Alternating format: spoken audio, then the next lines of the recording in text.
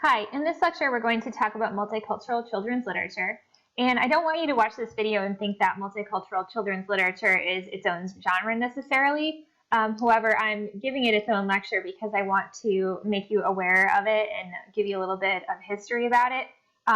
So multicultural children's literature spans many different genres: nonfiction, realistic fiction, historical fiction, and so forth. So when we talk about multicultural literature, I like to define it in a very broad sense. So when I say multicultural, I'm not just talking about different racial groups, but I also mean people of various sexual orientations, also people of different socioeconomic classes, as well as exceptionalities. So usually in today's world, in terms of the children's literature field, we define multicultural in a very broad sense, whereas for a long time, usually multicultural really only meant things like race as well as national origin. But now we really see it in a broader way. So multicultural literature consists of a few different types of literature.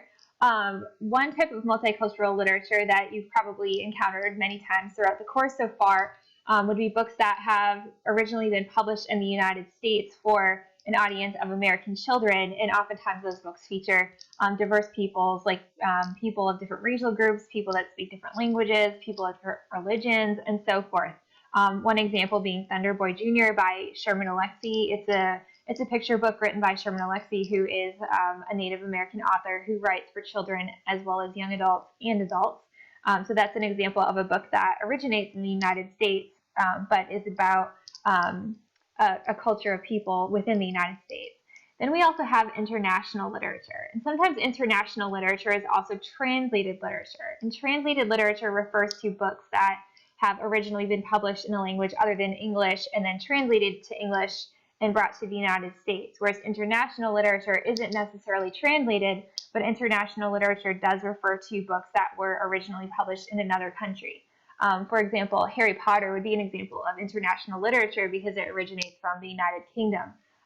When I was younger, I loved the Anne of Green Gables books, and they were a form of international literature because they originate from Canada.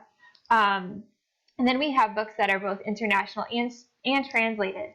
And in fact, if you've read any books that have received the Mildred L. Batchelder Award or honor this semester, then you have read a book that is both international and translated. For example, The Shadows of Gadams is a book set in, I think it's the Middle East, and it was originally written in French and then translated into English for the enjoyment of American children.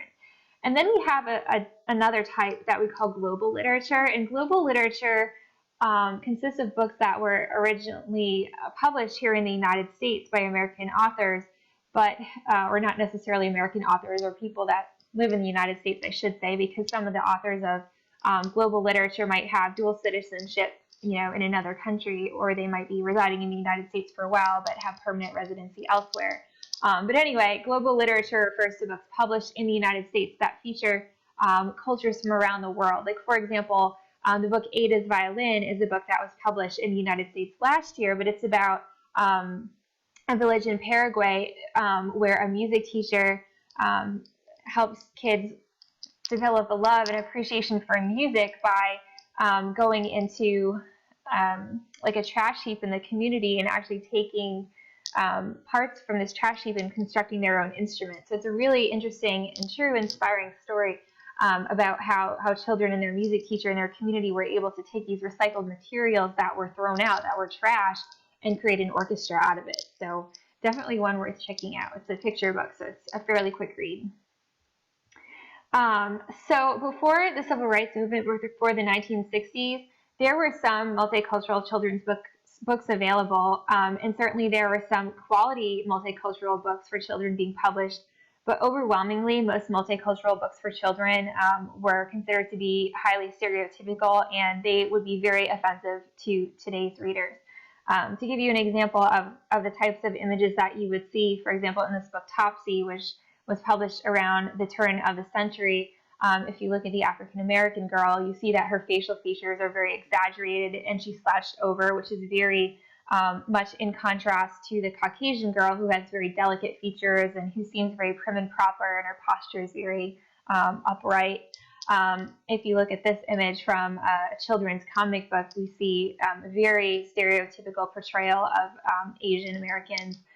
especially like the broken English and the large teeth. So images like this that are blatantly offensive and blatantly racist, we don't see quite so often in children's literature of today. In fact, if children's books had these sorts of images, they probably wouldn't stand a very strong chance of being published because they are so offensive. However, in times past, this was the norm in a lot of children's literature. This is what children opened up and saw when they read books. But of course, that was not the case for every single book featuring people of different racial groups. Certainly, there were some good books that featured a variety of different people in them.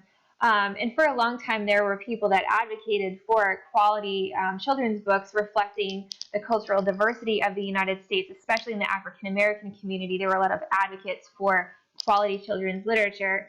However, it really wasn't until 1965 when an article called The All-White World of Children's Books by Nancy Lyric was published that this issue really became part of what I want to say, the larger conversation about children's literature. So Nancy Lyric pointed out that less than 7% of books published in the early 1960s featured African Americans, and of those books that were published, very few of them showed African Americans in a contemporary setting. So Lyric argued that the children's publishing world was racist in a way because of the fact that they were publishing so few books about African Americans, but they were also relegating African Americans to the past. It was as if they did not exist at all in the world if you were to only look at the world of children's books. So Lyric's article really drew a lot of attention to this issue, and as a result, more and more people began to pay attention to this issue, and luckily more multicultural children's books have been published since this time. But some might argue we still don't have enough. For example, in this infographic depicting diversity in children's literature in 2015, we see that over 70% of books published in 2015 featured white characters. We see that books about animals and trucks comprised about the same number of books as of books about American Indians, Latinos, and African Americans and Asian Americans combined. So that's really problematic because certainly various groups of people like African Americans and Asian Americans make up more than the percent of the population that's reflected in children's literature. So the children's literature world does not reflect actual demographics in the United States, and that is highly problematic because one reason why we share multicultural literature with children is to expose them to different cultures, and also for children who belong to cultures that have been traditionally marginalized or poorly represented in children's literature, they need to see images of people like themselves in the books that they read so their identities are affirmed and validated. So it's important for every child to see that we live in a pluralistic society with people of many cultures. But that's just not something that children necessarily see when they open up books because it's overwhelmingly, I can't get it out, white, as you can see in this infographic. So one thing that I'd like you to view as part of this unit on multicultural literature is I'd like you to watch a TED Talk called The Danger of a Single Story, and I'm going to post a link to Blackboard. And I think that viewing this TED Talk will really get you thinking about why multicultural children's literature is so important to include in your library as well as in your classroom. And I do think it's a powerful TED Talk for you to view even if you weren't studying children's literature. I think the speaker has a lot to say. So when you're looking for quality multicultural children's literature, you want to make sure that the culture in the book is being portrayed in a way that's accurate and authentic. And sometimes you don't know enough about other cultures to necessarily know that. However, you can turn to Children's Book Awards because people that serve on those awards committees carefully vet books to make sure that they depict a culture accurately. You can also look at Children's Book Awards because oftentimes when a reviewer is sent a multicultural children's book to evaluate, that reviewer knows a lot about the culture and can really say whether or not the book is is culturally authentic. Another thing to look for is whether or not the author or illustrator or both of the book belongs to the culture being represented. That's not to say that if you are a cultural outsider that you can't write meaningfully about another culture if you spend a lot of time in that culture, living among its people. For example, if you married somebody from another culture and you then had an extended family, belonging to that culture, surely you would learn a lot about that culture. So it's not to say that outsiders can't write, quality multicultural children's books, but the gold standard is to look for multicultural books that have been written by people who identify as cultural insiders. For example, Pam Munoz Ryan often features Latina and Latino characters in her books, and she identifies as a Latina. Sherman Alexie is Native American, and I mentioned him before. He writes a lot of books featuring Native American characters, so he can write from that cultural insider perspective because he belongs to that culture. And we also want to make sure that the multicultural books that we select don't have stereotypes or don't depict other cultures in a pitying way. And I know that it can be really hard to identify cultural stereotypes unless they're really, really obvious. So in the Blackboard folder for this unit, I've included some resource guides that you are welcome to download and look at to help you identify whether or not multicultural books that you're considering using with your students are indeed authentic and free of stereotypes.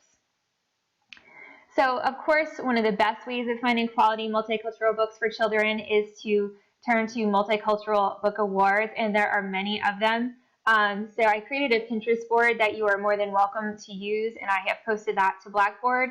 And the Pinterest board includes links to all these different multicultural children's book awards, and if you visit the links, you can identify some books that have received some top ratings from people who know a lot about what constitutes quality multicultural children's literature, and that's meant to help you. It's meant to be a resource, so I hope you take advantage of it. So if you have any questions about multicultural children's literature, or you need some help finding books or any recommendations, please let me know.